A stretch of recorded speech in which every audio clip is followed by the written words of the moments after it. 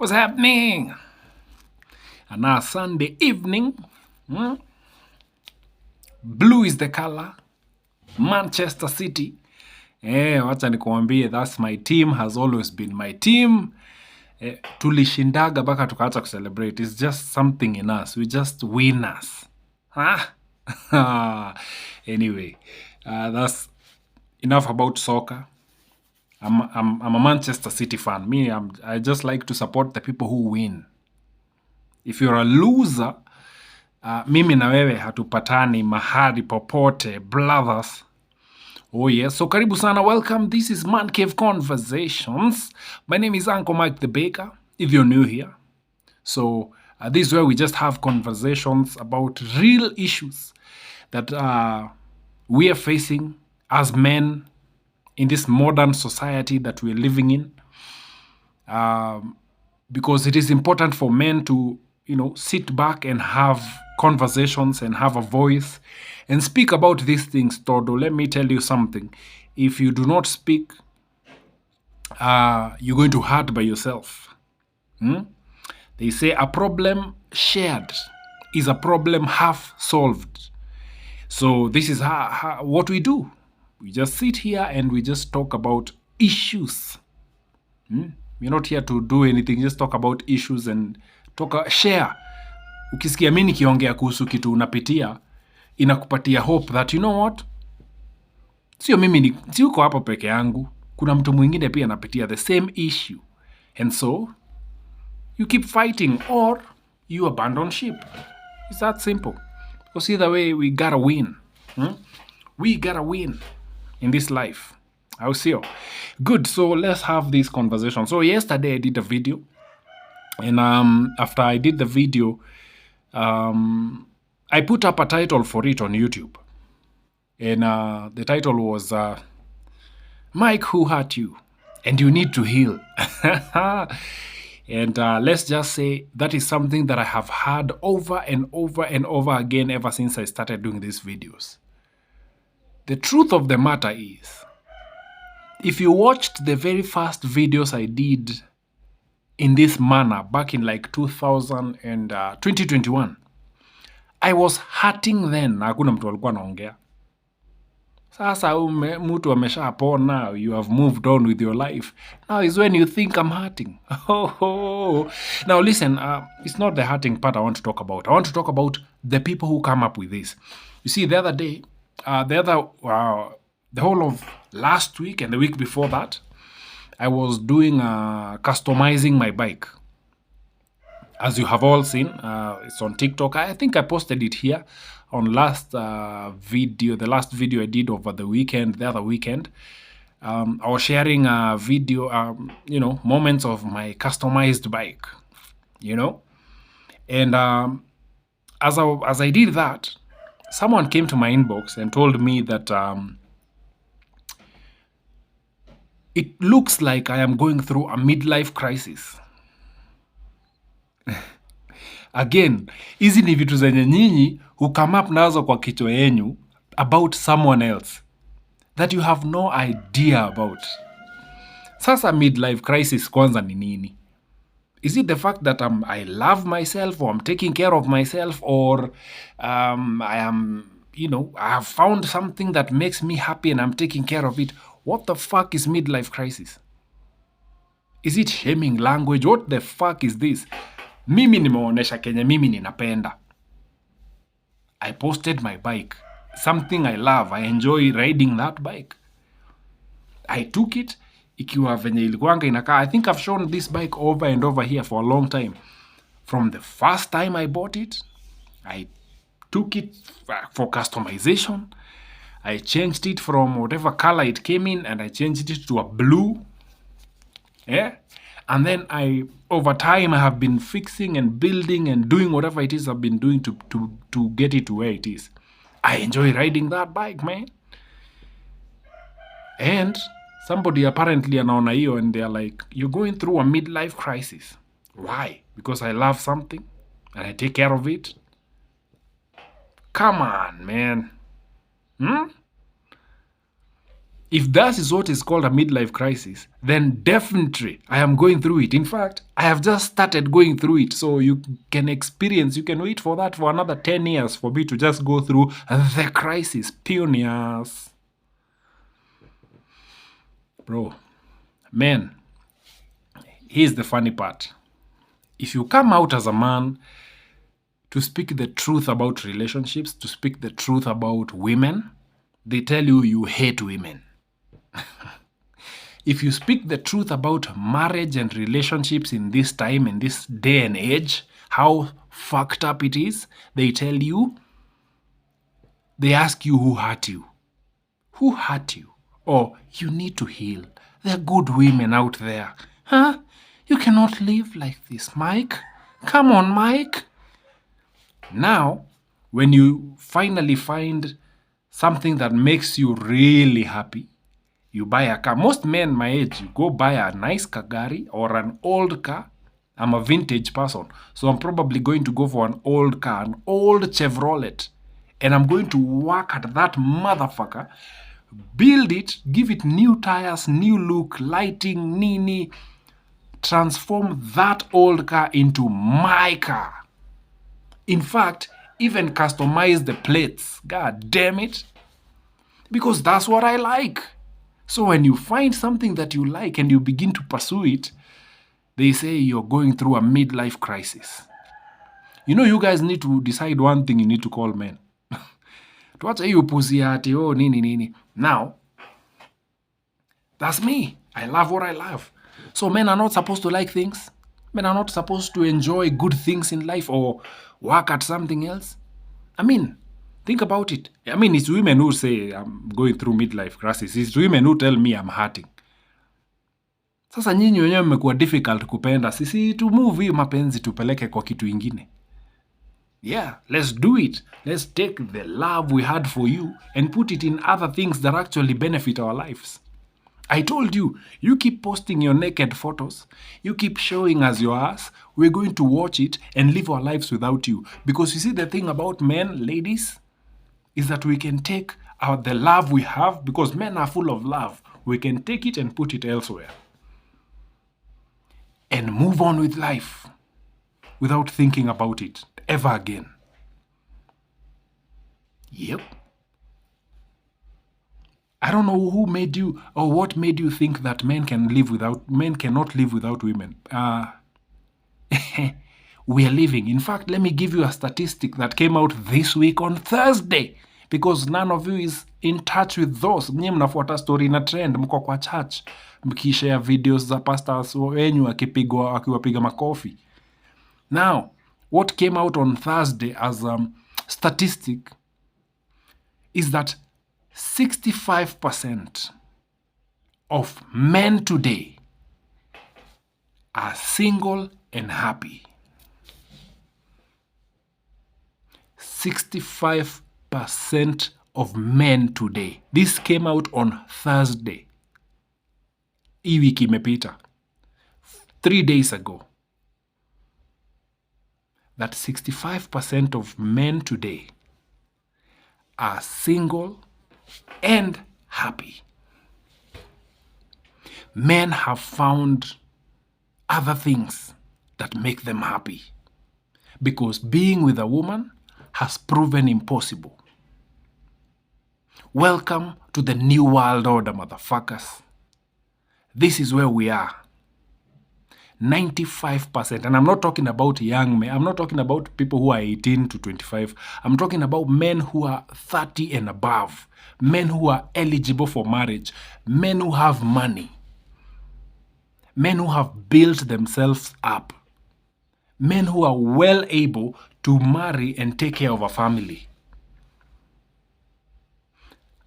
Men, 65%, and this is not just in Kenya, but all over the world. It is a global statistic that came out on Thursday, while all of you are busy focusing on Mackenzie and Shakahola, massacre, whatever the thing is you've been focusing on. This came out as a statistic that 65% of men today are single and happy. Now let's watch who's going through a fucking midlife crisis. Mimi ama wewe? Lady, talk to me now. Let's have this conversation. Again, because none of you is ready to accept the truth, you're going to fight even that. But it is a reality. You thought men are never going to live without you. I had someone tell me the other day, when was this? I think it was last year, late last year. Somebody told me, hey, now that you're not married, you're not in a relationship, where do you relieve your sexual nini? And I told them, men don't even need to have sex. It is not a need. It is a want every once in a while. When you go somewhere and you strike a deal and it works, you want to celebrate with sex. We pay for that shit. And we move on with our lives. It is not a daily requirement. It is not a basic need. Somebody, alikuwa niambia, hey, sasa juu, you guys, you're single, sasa huo unanyonga. No. I just simply take that sexual energy, transfer it into something else. I put that into my body system and I go to work. I get into my work. I work hard. I wake up in the middle of the night, work through. Guess what? That's where the energy goes. By the time siku inaisha nimechoka, I'm literally dozing off on the couch as I watch TV. And I go to sleep. Wake up, do the same thing again. Now, money is no longer a problem. Yeah, money is no longer a problem because I'm constantly on my grind. And I don't have anybody making noise here. So what does that mean? That means now I have spare money to do other things that I love, to focus on a hobby, to take a bike and fix it back to freshness, to take an old car and fix that thing into something else. And then now that is called a midlife crisis. Mike, you're going through a midlife crisis. You need therapy. Take your ass out of my face. You fala mmejiekea kwa akili in it. At first many people when I first started saying that I'm no longer getting married, you know what people told me? Oh, you'll die alone. As if you, with all the people around you, you'll die with them. You idiot. Hao wote wako hapo, they'll not be there when you're dying. You'll be right there by your fucking self. Hata nikwambie, all these things people put in their heads. Iko hapa, it's all in your head. You need to wake up and now it's time for you to face reality. 65% of men are single and happy. Now, take that and live with it. It is what it is. Midlife crisis ndio sisi. Enjoying every minute of it. I told you, feminism came to set men free. You thought I was playing here. Now you guys are uko strong and independent. I can do bad all by myself. What a man can do, a woman can do better. Please, go right ahead and do it. Go and do it. You have our blessing. We will just continue with our lives. You see your issue? Come on, man. So anyway, here we are. Another Sunday evening. Sitaki kurant sana. I mean, it's a Sunday, man. It's, end of the month. We're starting a new month, Roshio. It's my birthday month. Yeah? Turning another year older in a week's time or so. Come on. It's beautiful. So anyway, I think that's all I wanted to share today. But then, I also remembered something. So, to add to my rant, it's amazing how, and this, as I was doing yesterday's video, this came to my mind. I think I must have mentioned it. Have you noticed how easy it is for a woman who's older to get pregnant? Like they are literally looking for someone to trap. So gentlemen, you have to be very careful. It is time for you not just to protect yourself, but also protect your seed. Protect your seed, gentlemen. Hapana mwaga kila mahali. Did you hear of the story of the trending story that came out? I think it must have been 2021, of Drake. Alichukua hot sauce akaeka ndani ya condom after amaliza ku have sex. Udem akakuja akachukua hiyo condom akajinyunyizia. You heard that story? That is the extent we men are going to protect ourselves. We had that. Drake took hot sauce akamwaga ndani to protect himself. Gentlemen, it's time for you to protect your seed. Don't just pour in everything. That's life. You're pouring life. Don't give it to everything. Because especially in the times we're living in, women know that men are single and happy. The statistics I'm giving you, women already know that. So what will they do? They sit back, they observe, they look for, they know what they're looking for. They're looking for a man with resources. When they see you having built yourself, they know you are a resource. So they will do whatever it is they want to do to get closer to you. And because they know you, at one point you're going to want to dig down something, utaigia pale ndani. And my brother, as soon as your dick hits that pussy, just like magic, she's gonna get pregnant. And you're going to be trapped. And now for the rest of your life, you'll be hustling and pouring all these resources you work hard to build to someone. And she's not going to want to be with you. So you'll be pouring resources. Atakuwa wewe ni kumilk tu. Hii ndio ng'ombe yangu inanipeaga maziwa. So gentlemen, it's time for you to protect your seed. Don't pour it out everywhere. If you know kabisa you don't want to have kids with this woman, you might as well not even have sex with her. Because the moment you go in, ni hivyo. She's gonna get pregnant. Hakuna hata swali ingine. That's it. They know the statistics. They know the realities. People like me are speaking out.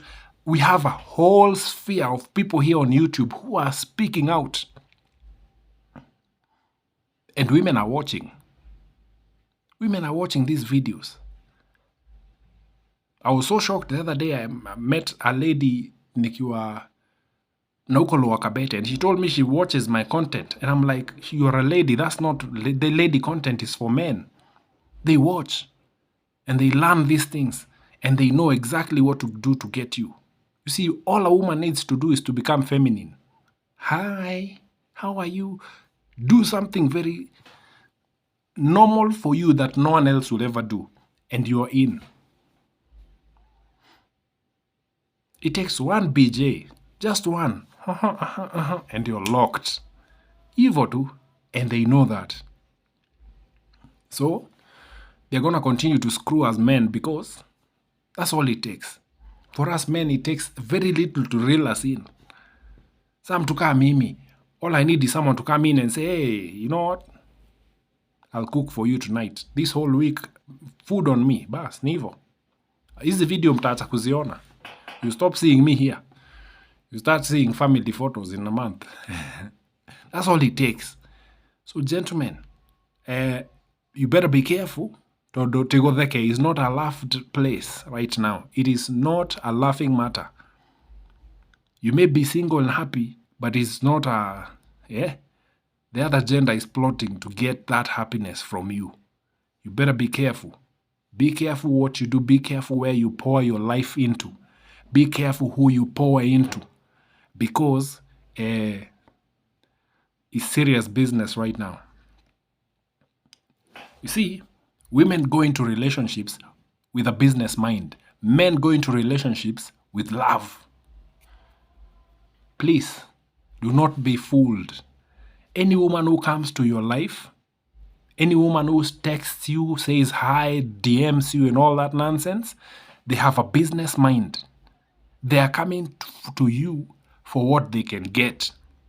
You are going into them for what you can give. Use your head. Use your head. Forget love, nini, just use your head always. Because that's their strategy. They come to you with a business mind. They know this is a man full of resources. They look at you, they look at the future, they know if they are hooked up with you, they will never struggle. So, that's it. Whatever it takes to get you, they will do. Whatever it takes. Whatever it takes, they are willing to do it. They will sit right there for years. Mi wambia mademu kweli tukimit the first time. Ni aje, I don't believe in love, I don't believe in relationships. Inaishia hapo. Because I don't. Me, I don't have to keep chekeshaing you here. Because I know wewe uko in your business mind, you're looking at a resource, you're looking at something that will sort you out. So, gentlemen, let's be careful, man. Hii ni 2023 sio mchezo. I said this yesterday. It's not a time, it's not a playing games time. It's not a si time ya kucheza, in time ya kuwa serious. In time ya kuangalia vitu for what they are. Forget the titties and ass. Forget the cute face. Forget the whatever it is that, forget the two thighs. Think business-wise. Think like a businessman. Forget emotions. Go with them with the same energy they come at you. You will win. I gotta go now. I think that's it for today. Do enjoy your evening. Do enjoy the last day of the month. I hope you've achieved something this month. I hope you've gone out and done something for yourself this month. And, man, do enjoy your evening. Kesho nika holiday. Enjoy that one too. And, get some rest. Do whatever it is you like to do. And, ni hayo tu kwa sasa. That's what life is all about. So if this video makes sense, kumbuka to like, comment, subscribe. Or share it with someone. I'll see you.